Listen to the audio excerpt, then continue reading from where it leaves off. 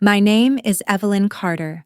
I'm 46 years old, and on the night I discovered my husband's betrayal, I was standing in the hallway of the Parkview Hotel with a room key in one hand and a truth I never wanted in the other.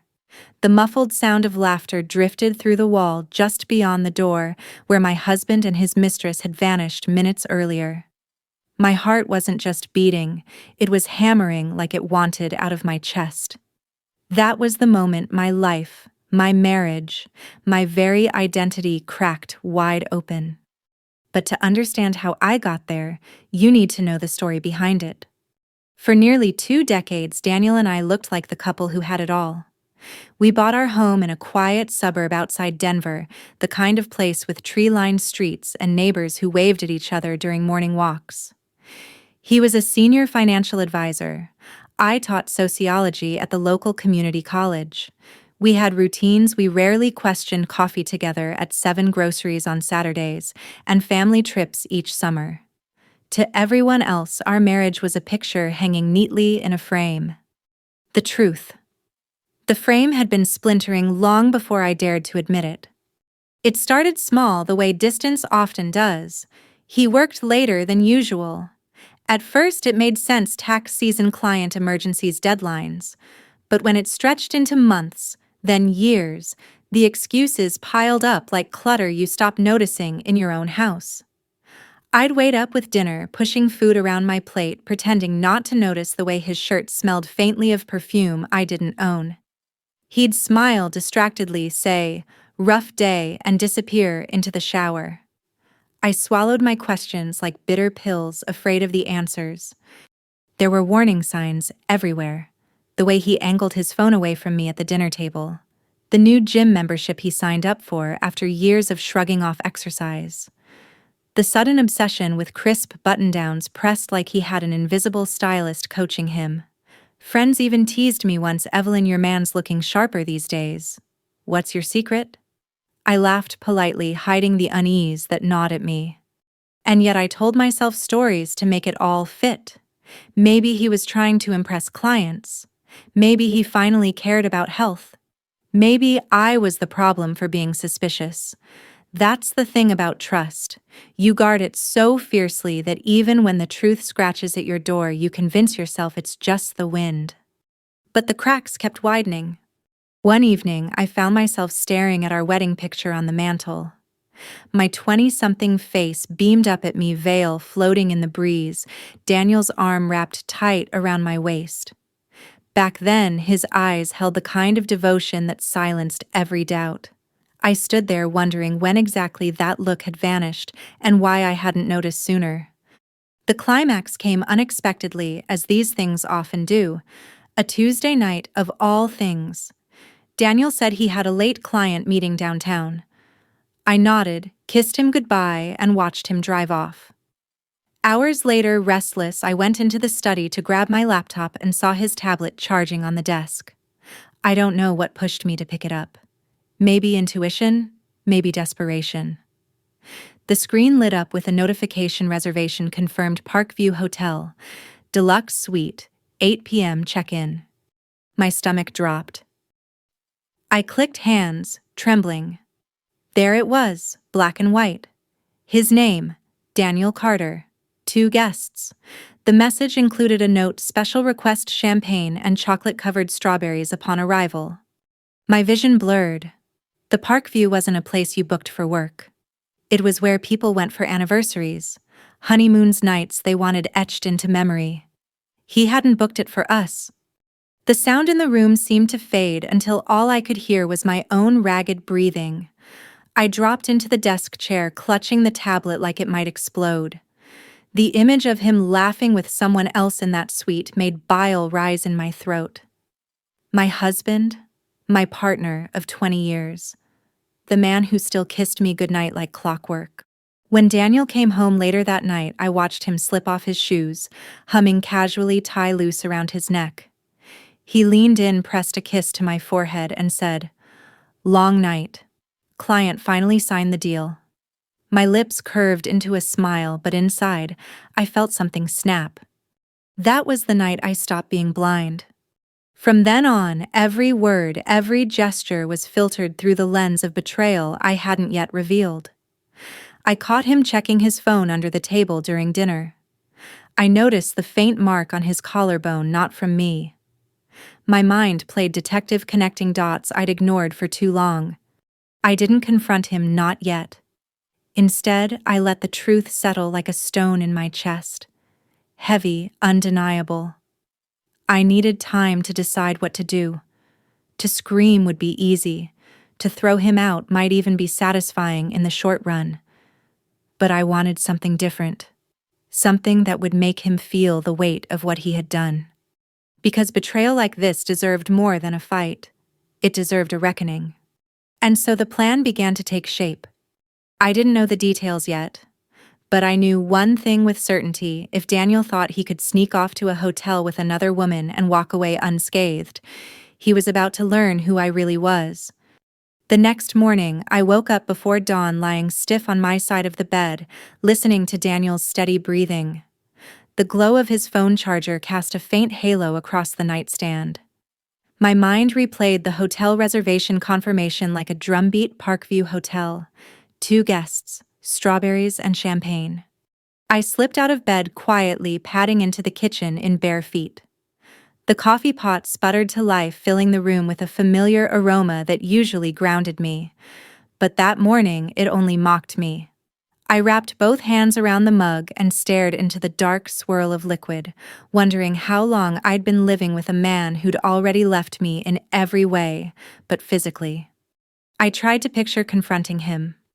Me holding up the tablet like evidence in a courtroom, my voice rising, his stammered excuses spilling out. But even in imagination, I saw how quickly he'd retreat to his usual script. "You're imagining things. Or worse, it's just business." He'd been gaslighting me for months, soft and subtle, the kind that makes you question your own eyes. No, I needed more than suspicion. I needed proof. So I became an observer in my own home. A woman who smiled, nodded, cooked dinner as always, but whose eyes were wide open now. I noticed the way his phone never left his pocket, even in the shower. The way he shaved more carefully on Fridays, dabbed on cologne he never wore for me. The way his tie matched too perfectly with a pocket square, details arranged like he was dressing for someone who noticed. I remembered the early years when I used to press my hand against his chest just to feel his heartbeat. I thought about the night he proposed in the rain, stammering through a speech about forever. I could still feel the tremor in his hand as he slid the ring onto my finger. That memory had been my shield through every rough patch. Now it felt like a cruel joke. 3 days after I saw the reservation, I made my move. Daniel said he'd be working late again. I kissed him goodbye, pretending nothing had changed. The moment his car disappeared down the street, I grabbed my coat and keys, heart racing. I drove downtown, parking across from the Parkview. My hands trembled on the steering wheel as I waited. At 7:50 p.m., his car pulled up. My stomach flipped as I watched him step out, gray blazer sharp against the evening light. And then she emerged from the passenger side. The mistress. She was younger, of course, mid-30s maybe. Blonde hair curled just so, a red dress clinging like a second skin. She laughed at something he said, tossing her head back with ease, as if she'd earned the right to that moment. He placed his hand on the small of her back, guiding her inside like he'd once guided me through crowded rooms. I gripped the steering wheel so tightly my knuckles ached. The sight of them together was worse than anything I'd imagined. It wasn't just sex. It was intimacy. A rhythm. They moved like two people who had practiced being together, rehearsed it until it felt natural. The tears I'd been holding back for days finally came, hot and angry. But beneath them, something else rose: clarity. I wasn't going to crumble. I sat there long enough to see the hotel lights flicker as the elevator carried them upward. Then I drove home in silence, my mind already spinning. Proof wasn't the problem anymore. I had more than enough. What I needed was a plan, something that would not just expose him, but turn the knife he'd twisted in me. The next day, between classes, I ducked into my office and began searching. It didn't take long. Her name was Marissa Hayes. She worked as a junior associate at Daniel's firm, the one he swore was full of just colleagues. Her social media was wide-open photos of weekend brunches, yoga retreats, endless selfies. But the detail that made me sit back in my chair was one post buried deep in her feed, a family photo. Marissa, with her mother and two close friends at a birthday party, arms around each other, singing into microphones. Karaoke night. My breath caught. An idea sparked sharp and bright. If Daniel thought he was clever sneaking into a hotel suite with her, then maybe I could make that very suite their stage. And maybe her own mother and friends could be the audience. The thought almost made me laugh, a bitter sound in the quiet of my office. I imagined the look on Marissa's face when the walls of her secret affair cracked open, not just exposed to me, but to her own family. And Daniel sitting there helpless as his carefully built facade crumbled. That night, lying in bed beside him, I studied his profile in the dim light. His jaw slack with sleep, his breathing deep as if he hadn't detonated our marriage. I whispered so quietly he couldn't possibly hear, "Enjoy your hotel room while you can. You won't forget the encore I'm planning." For the first time since I saw that reservation, I felt something like peace. Because the betrayal was no longer my burden alone. It was about to become hers, and everyone who thought they could hide in the shadows of lies. And I was the one holding the spotlight. In the days that followed, I immersed myself in the world of Marissa Hayes like a detective who had finally found her lead. Every sliver of information became a puzzle piece, and I was determined to put the entire picture together. Her online presence was almost too generous. A carefully curated life on display, brunches with avocado toast, gym selfies, in high-waisted leggings, inspirational quotes posted late at night. She was the kind of woman who wanted the world to believe she had it all figured out, yet every post screamed validation seeker. I scrolled further and further back, piecing together the timeline. There she was on her 30th birthday, holding a karaoke microphone in one hand, her mother leaning into the frame, laughing. Another picture showed her with two girlfriends, the same faces appearing over and over again in her feed. Loyal companions, the kind who cheered at every milestone. Their bond seemed unshakable. That was when the idea began to solidify in my mind. If betrayal thrived in secrecy, then exposure would be its undoing. And what better way to expose than by inviting the people she cared about most to witness the truth? But before the revenge could be fully formed, I needed to know more. At dinner one evening, I asked Daniel a question I already knew the answer to. "How's the new associate team working out at the firm?" He didn't miss a beat, scooping potatoes onto his plate. "Busy. Young crowd eager, but they've got a lot to learn." "Anyone stand out?" I pressed, keeping my tone casual. He glanced at me briefly, then shook his head. "Not really, just a bunch of kids fresh out of grad school." The lie rolled off his tongue so smoothly that if I hadn't known, I might have believed him. I studied the man across from me, the way his brow furrowed with feigned exhaustion, the way he reached for the salt, as if nothing in our marriage had shifted. A stranger in my own dining room.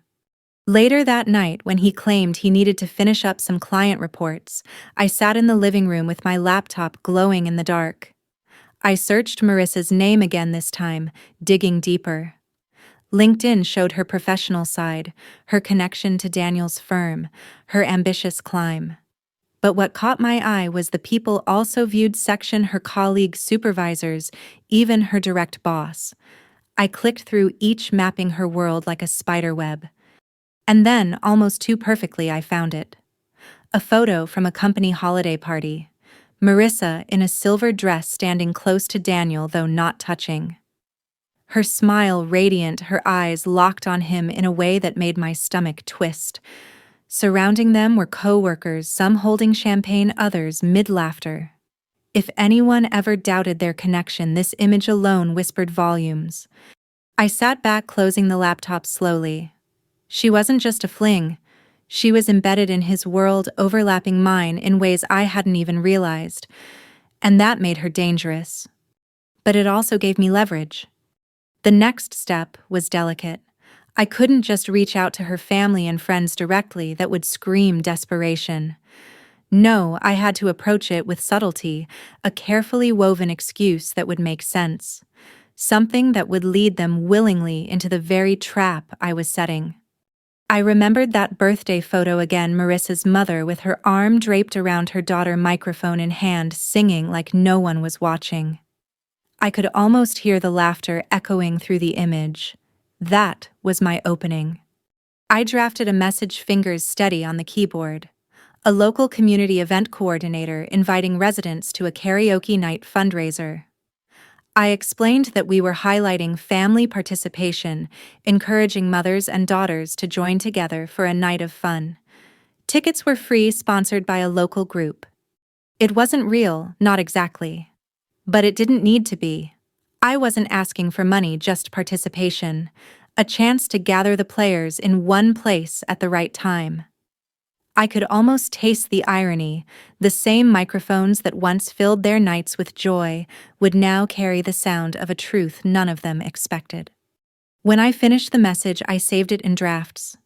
I wasn't ready to send it yet. Timing was everything. That night, lying awake in the dark, I studied the silhouette of my husband beside me.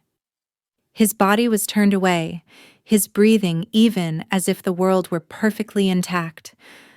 I wondered if he ever thought about the risk he was taking. Did he imagine I would never know?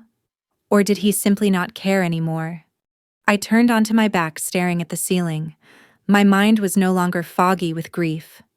It was sharp, cold, calculating. He thought he was the only one who could play this game of deception. He thought I would crumble under the weight of betrayal. But I was learning that revenge doesn't come from rage. It comes from clarity. From knowing exactly where to press until the mask slips. In the quiet of the night, I made myself a promise: if Daniel wanted to play house in a hotel with his mistress, then I would make sure that house collapsed with her own mother and friends singing through the walls. The thought carried me into sleep, not peacefully, but with a strange sense of control I hadn't felt in months. For the first time, I wasn't just the wife who'd been cheated on. I was the woman building the stage where the final act of their performance would unfold. And I was going to write every line of the script. By Thursday morning, the air felt heavier in our house, though Daniel didn't notice a thing. He hummed while shaving, poured his coffee, like always, kissed my cheek before heading out the door. He had no idea his perfect little secret was now a clock, ticking loudly in my ears, counting down to his undoing. After he left, I sat at the kitchen table with my laptop open, staring at the blank search bar. The cursor blinked, patient, urging me to make the next move. My hands were steady. I typed Parkview Hotel reservations. A few clicks later, I had the front desk on the line. "Good morning, Parkview Hotel. This is Lillian. How may I help you?" I swallowed the lump in my throat. "Yes, I'd like to book a room for this Friday evening." "Certainly, ma'am. Do you have a preference for room type?" I hesitated, then asked as smoothly as I could. "Actually, I was hoping for a room near a reservation under Daniel Carter. He's a business partner, and I'd like to be close by for convenience." There was a pause, the soft clicking of keys. My pulse thudded in my ears. "Mr. Carter's suite is on the 12th floor, she finally said. "We have one available directly adjacent. Shall I reserve it for you?" I closed my eyes, letting the moment sink in. "Yes, please." When I hung up, a strange calm washed over me. The stage was officially set. The next piece was trickier: Marissa's mother and her friends. I pulled up the draft message I'd written earlier about the karaoke fundraiser. After rereading it twice, I pressed send, my heart hammering as if I'd just leapt off a cliff. I didn't know if they'd bite, but I had nothing to lose. The response came faster than I expected. By that evening, Marissa's mother replied, brimming with enthusiasm. "We love karaoke nights. Thank you for the invite, we'll be there. It sounds like fun." I sat back in my chair, laughter bubbling out of me. Not bitter this time, but sharp and victorious. The universe had just handed me the final piece. That night at dinner, Daniel chatted about a new client spinning stories like threads of a web he thought would hold me. I nodded, smiled faintly, poured him more wine. All the while, my mind replayed the image of his mistress's mother holding a microphone, singing her heart out just one wall away from her daughter's illicit rendezvous. Friday arrived like a drumbeat. Every second dragged and raced at once. I taught my morning class distractedly, words spilling out of me while my mind counted down. By noon, my bag was packed, a sleek dress, heels, makeup I hadn't bothered with in months. I checked into the Parkview early, sliding the keycard into my pocket like a weapon. The room was stunning, plush carpets, soft lighting, a view of the city skyline glowing under a winter sun. I stood by the window staring at the identical curtains next door, imagining Daniel adjusting his tie in that very sweet, Marissa touching up her lipstick. I clenched my fists. At 6, there was a knock on my door. I opened it to find 3 women, all smiling warmly, clutching tote bags and a small karaoke machine. Marissa's mother was exactly as I remembered from the photos, kind-eyed hair neatly curled, wearing a bright red scarf. "You must be Evelyn," she said cheerfully. "We're so glad you organized this. We haven't done karaoke in ages." My throat tightened. "Yes, come in. Make yourselves comfortable." They bustled inside, setting up the machine, laughing, pouring drinks. Their voices filled the room with warmth and familiarity, a cruel contrast to the storm brewing just a few feet away. As the first notes of an old Whitney Houston song filled the air, I felt my lips curve into a slow smile. The sound carried easily through the walls. I could hear the faint echo bouncing back from the hallway. Daniel and Marissa wouldn't be able to ignore it. And that was exactly the point. At 7:45, I knew they had arrived. The muffled thud of footsteps next door, the low murmur of voices, a burst of laughter. My chest tightened, but instead of pain, I felt a dark thrill. I raised my glass in a mock toast. "Ladies, sing like your lives depend on it." They laughed, oblivious, and belted into the microphones with abandon. Their voices shook the walls, a joyful thunderclap that made my heart pound. I could only imagine the look on Marissa's face when she recognized the sound of her own mother's singing bleeding into her romantic evening. I didn't need to peek. I didn't need to barge in. The beauty of the plan was its subtlety. Truth has a way of seeping through walls. And tonight those walls were paper thin. At first it was just sound, warm, harmless, and nostalgic. The karaoke machine's tiny speakers pushed out a bright instrumental track, and the room filled with the soft throb of bass that the carpet couldn't swallow. Marissa's mother introduced herself as Linda, cheeks flushed with excitement. Her friends Nora in a denim jacket and Jess with silver hoops lifted plastic cups of Prosecco like teenagers before prom. "Okay, ladies," I said, adjusting the little mixer on the coffee table. "We'll keep it light, then build." Linda grinned. "Honey, I don't do light. I do legendary." We started with standards, titles everyone knew by heart. The opening bars of a power ballad swelled, and Linda's voice surprised me, a velvety alto that found the melody and lived there. The machine threw neon lyrics across the TV, and she didn't so much read them as command them. Nora and Jess whooped, clapped, and chimed in. My fingers tapped the arm of the couch, steady as a metronome. Through the wall, I heard motion, footsteps, the rustle of a jacket, a low male chuckle that lodged under my ribs. Daniel. I pictured his shoulders relaxing, his hand resting on the small of a red dress. I felt the needle of fury pricking, and then Linda hit a high note that made the lamp vibrate, and I smiled.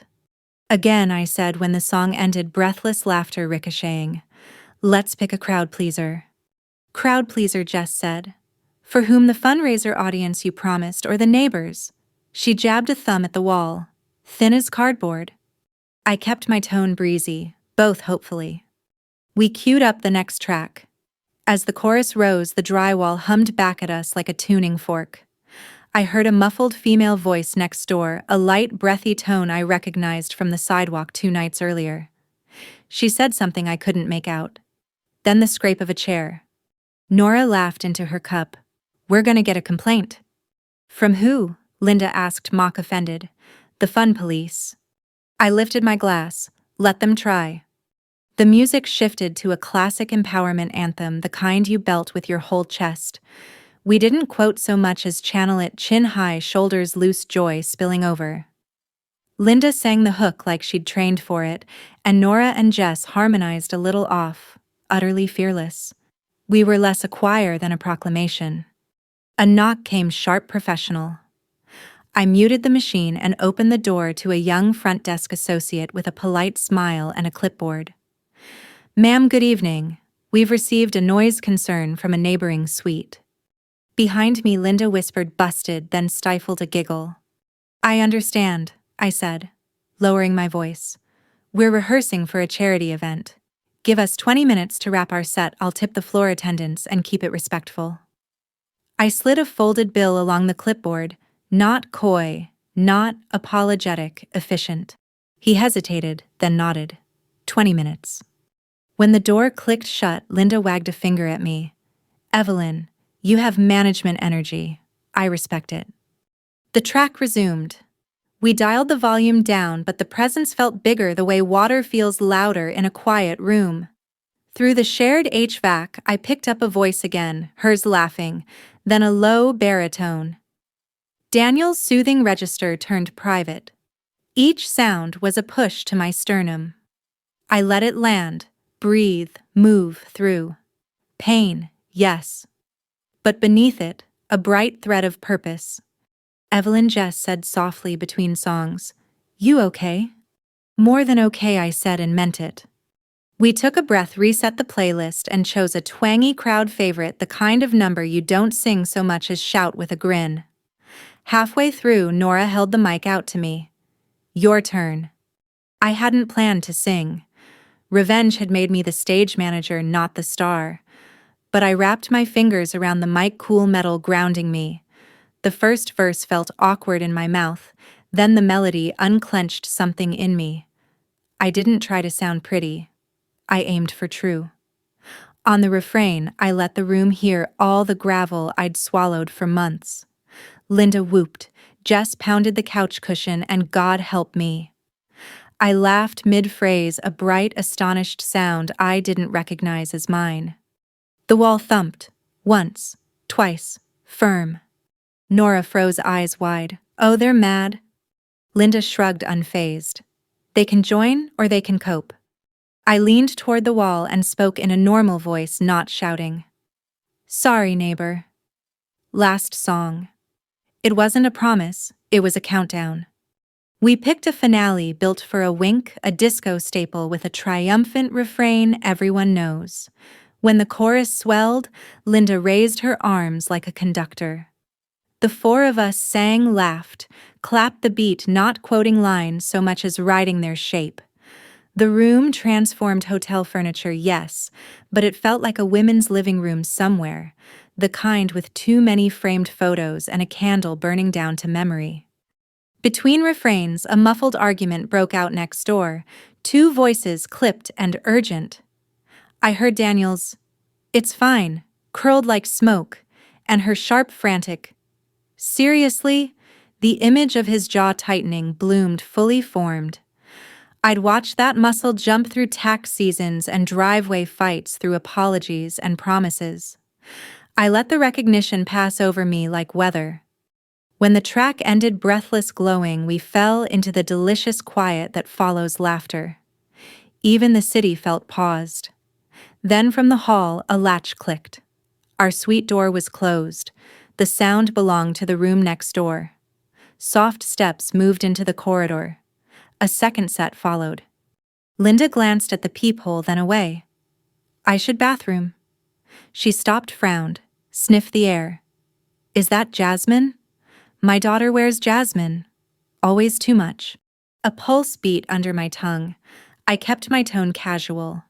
"Popular scent."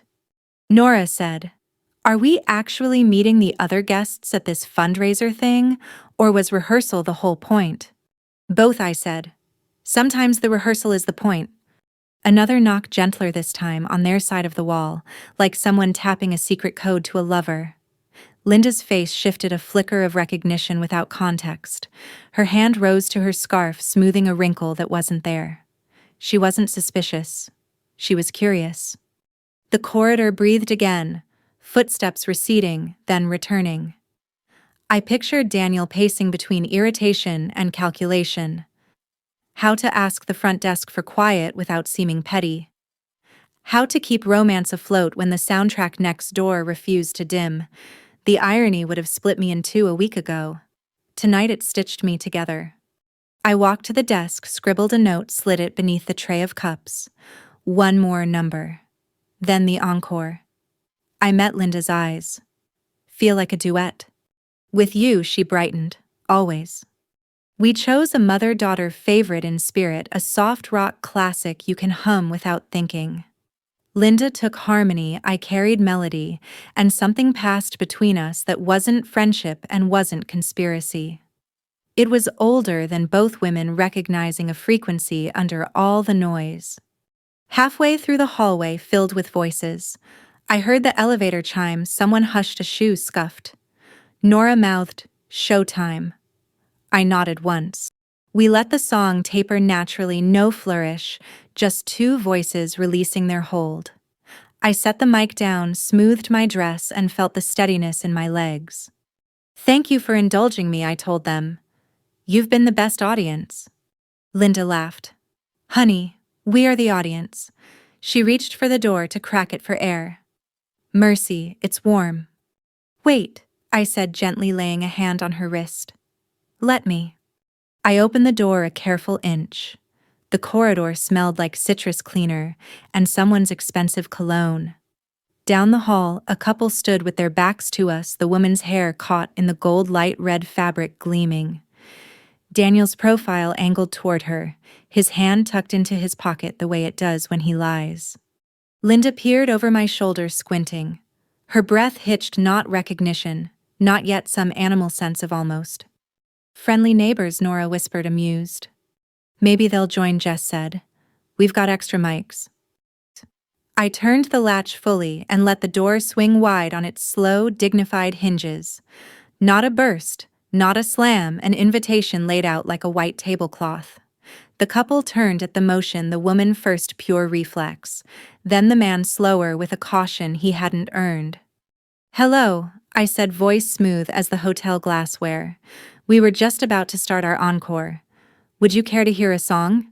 For a heartbeat, the hallway froze, red dress, gray blazer, jasmine like a bell. Linda stood at my shoulder, her hand drifting to her throat as if to protect something tender. The distance between rooms thinned to a single breath.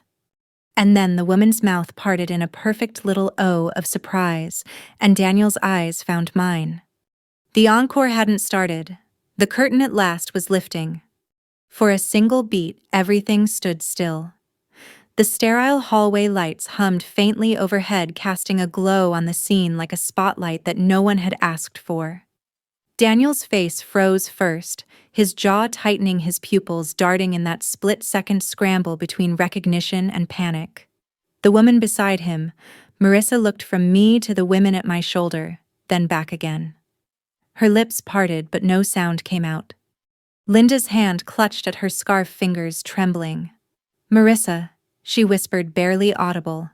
The name cracked through the corridor like a note off-key, jagged and unpolished. Marissa's eyes widened. "Mom," she started, then faltered, caught between instinct and shame. The word was a hammer. Nora and Jess gasped, their laughter shriveling. All the joy of our impromptu karaoke session drained in a heartbeat, leaving behind silence so thick it pressed into the carpet fibers. I stepped aside, opening the door wider.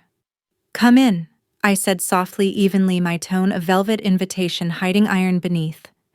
"It seems the walls were too thin tonight. Maybe it's time we all heard each other clearly." Daniel swallowed hard. "Evelyn." Not a word. My voice sliced through his plea. "You've said enough with your actions." Linda's eyes burned into her daughter. "Marissa, What is this? Why are you here with? She turned to Daniel, recognition dawning. Oh my God. You're her boss. Marissa stammered. It's not what it looks like. Nora scoffed, shaking her head. It looks exactly like what it is. Daniel tried again, reaching for control like a drowning man grasping for a floating branch. Linda, please let's not jump to conclusions. Evelyn, you've twisted this into something it's not. Really, I tilted my head. So the reservation for champagne and strawberries was for a client. The 12th floor suite was for business strategy. And your hands on her back, that was all professional courtesy. His mouth opened closed. The silence afterward was louder than any denial could be. Marissa's mother stepped forward, her scarf slipping slightly as she moved. I raised you better than this, she hissed at her daughter. How dare you sneak behind Ethan's back, and with a married man, with your boss? Her voice broke on the last word, a sob strangled into anger. Tears welled in Marissa's eyes. Mom, Don't, Linda snapped. Don't call me that right now. Daniel rubbed a hand down his face, shoulders sagging as though the fight had already left him. Evelyn, please, he murmured, dropping his voice to something meant only for me. We can talk about this at home. Not here, not like this. I met his gaze, steady, unflinching. Home, I repeated. You forfeited home the moment you booked this hotel. You traded our life for a room with thin walls. The tension stretched taut, and I let it linger, savoring the unraveling of their carefully crafted deceit. I didn't need to scream, didn't need to hurl accusations. The truth had arrived on its own, wrapped in the voices of women who had once laughed into microphones an hour ago. Jess crossed her arms, her usual playfulness gone. So this was the big client meeting, huh? She spat the words like they tasted sour.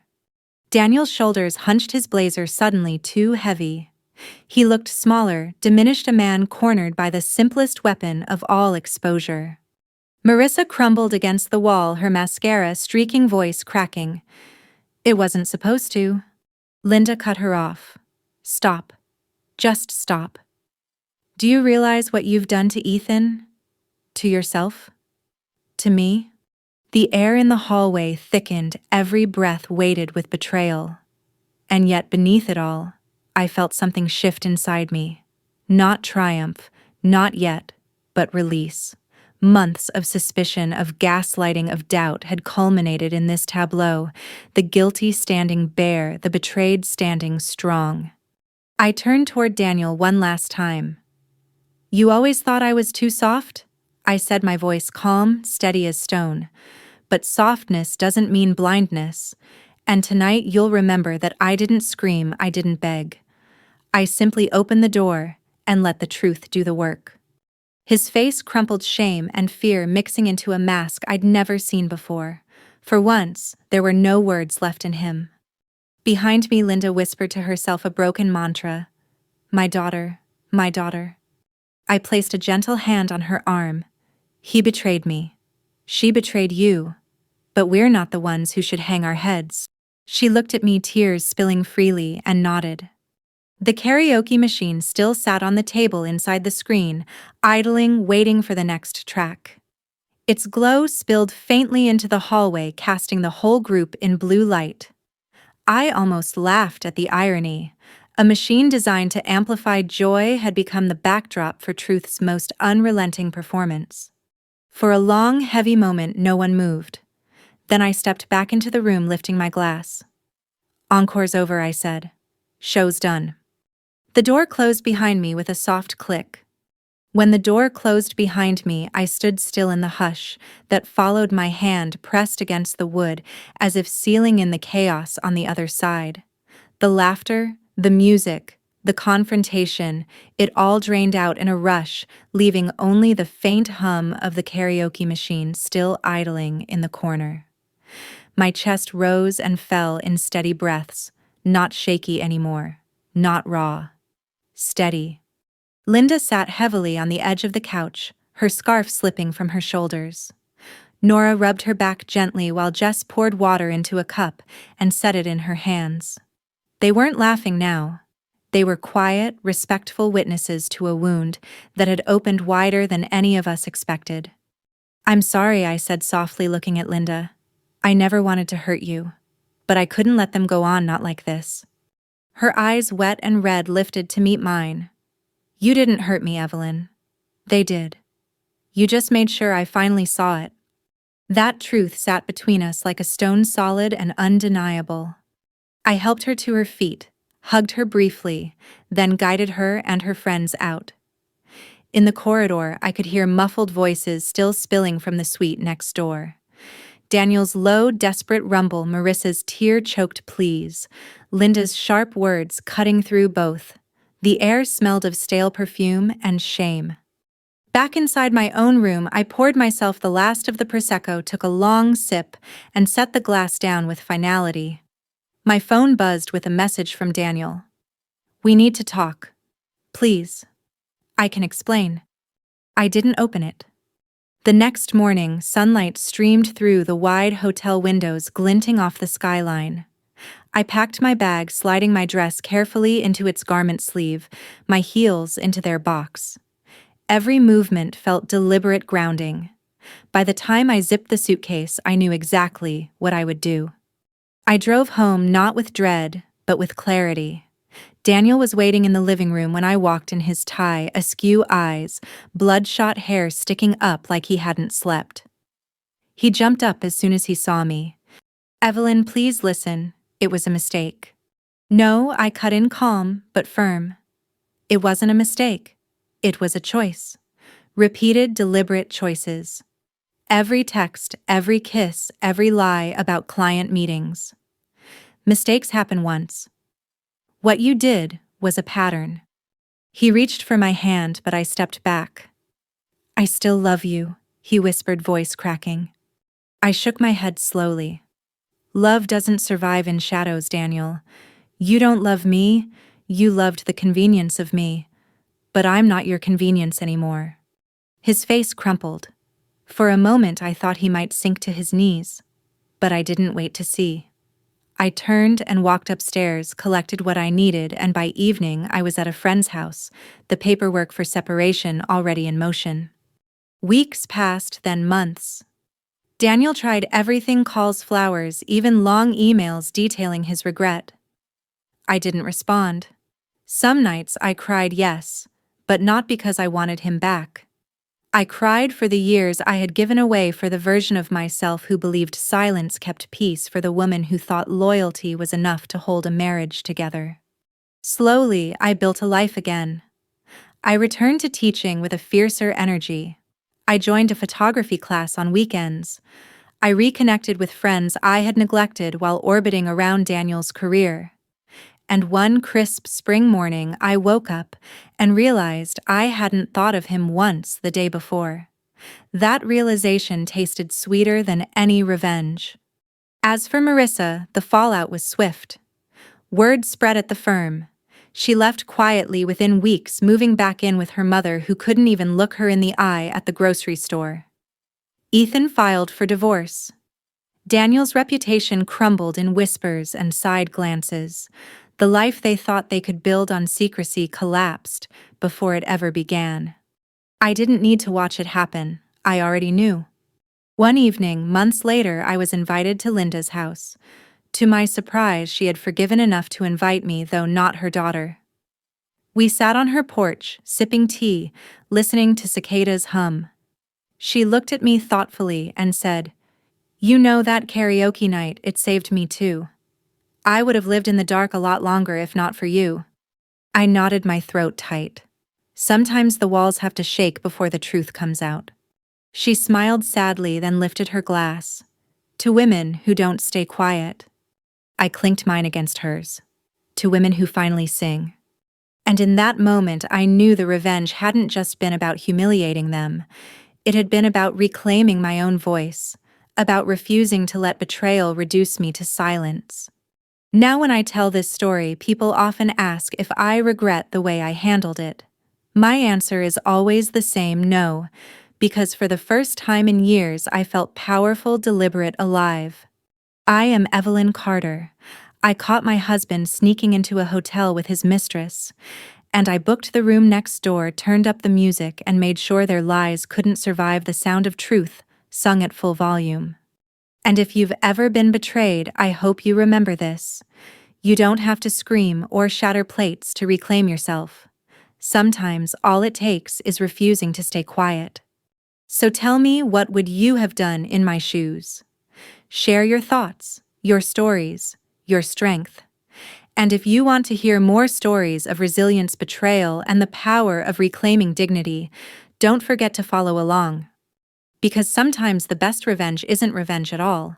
It's rediscovering the voice you almost forgot you had.